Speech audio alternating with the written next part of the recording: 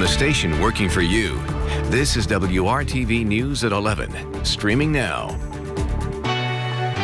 And good evening to you at 11 o'clock. I'm Mark Mullins. New tonight, should the Indianapolis Metro Police Department receive millions of dollars of extra funding?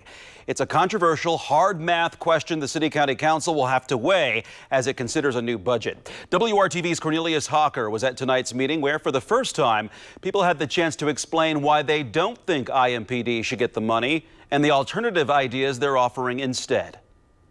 Dozens of people wrote into the City County Council tonight asking them to not give IMPD the $7 million budget increase they were asking for, but instead putting some of that money towards social services. Addressing homelessness and mental health issues were two of the biggest that were mentioned. IMPD says the $7 million would allow them to be able to pay for all 1,743 officers, along with helping them hire more diverse officers to match the community in which they work. Some of that money would go toward buying body cameras, along with covering legal settlements as they arise. This idea to redistribute money away from police departments isn't new, but started getting a lot more attention after the death of George Floyd up in Minneapolis.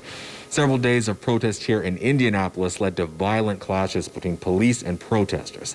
And that's how we got here to this meeting. Public comments went on for a little more than 2.5 hours, and I talked to one of the men who showed up here to voice his opinion, who says he came out because of what he saw during the protest over the summer. But I do believe that it's not just a black and white problem, it is everyone's problem.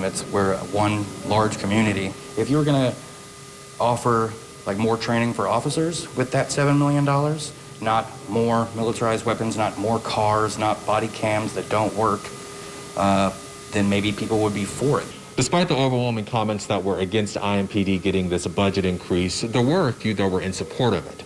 Those commenters cited the murder rate here in the city, along with other violent crimes that have happened this year. The City County Council has not set a date on when they're going to vote on this budget.